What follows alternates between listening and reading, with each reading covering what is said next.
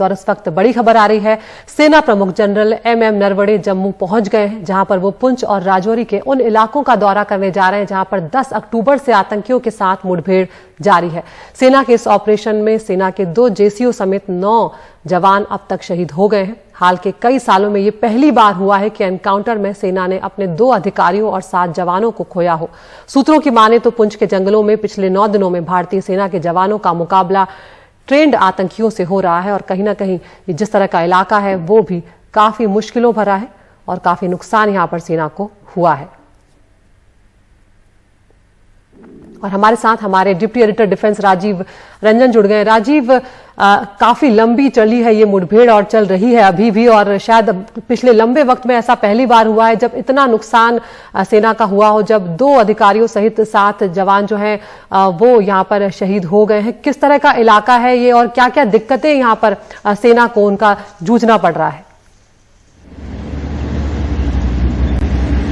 देखिए अदिति, आपको ये बताएं कि ये जो पूरा इलाका अगर बात करें तो ऊंची पहाड़ियां हैं, घने जंगल हैं और ऊपर से वहां बारिश हुई थी, इस वजह से पूरा इलाका धुंध से पट गया है। और जो पूरा इलाके की बात करें तो 7 से 8 किलोमीटर का पूरा जो एरिया है कि जहां ये इनकाउंटर चल रहा है। यानी जो पहला जो इनकाउंटर हुआ था 10 तारीख को जो हुआ था, 10 अक्टूबर को, वो पुंछ की डेरा वाली गली से हुआ था। और दूसरा जो हुआ है यानी 14 अक्टूबर को जो इनकाउंटर हुआ है वो नार खास के जंगलों में हुआ, बिम्बर गली के इलाका है। तो उस हालात में अगर आप देखें तो पूरा जो डिफिकल्ट एरिया है और पूरा एक पहाड़ी जो है, एक पहाड़ी की तरफ आप नार खास के जंगलों में चले जाते हैं, दूसरी तरफ डेरा की गली में चले जाते हैं। तो ऐसे माहौल के लिए जरूरी होता है कि जहां अपने 9 लोगों का नुकसान हो गया है तो उस सेना के जवानों के लिए हौसला बढ़ाने के लिए जरूरी होता है कि खुद जो सेना प्रमुख जनरल MM नरवणे वहां जा रहे हैं ताकि उन जवानों का हौसला बढ़ा सके।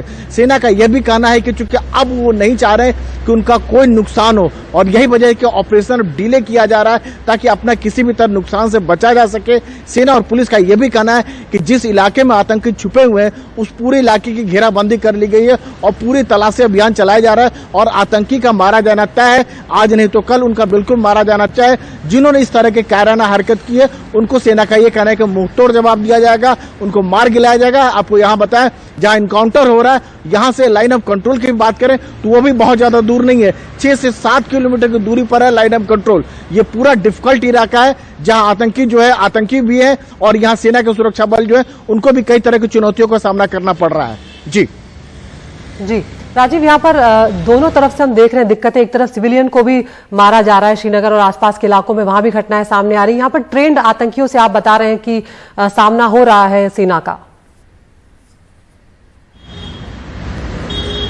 अब बिल्कुल आप सही कह रहे हैं कि जिस तरह का अमूमन इनकाउंटर की बात करें, आतंकियों से इनकाउंटर जो होता है सुरक्षा बलों का 2 से 4 घंटा का वक्त होता है। 2 से 4 घंटे के अंदर आतंकी को मार गिराया जाता है। लेकिन यहाँ पर 9 दिनों तक आतंकी जो है बाकायदा टिके हुए हैं, डटे हुए हैं और उनके पास जो गोला बारूद है वो भारी गोला बारूद है। ये नॉर्मल आतंकी नहीं है। कहा यह जा रहा है कि एक पाक कमांडो भी इसमें कुछ हो सकते हैं।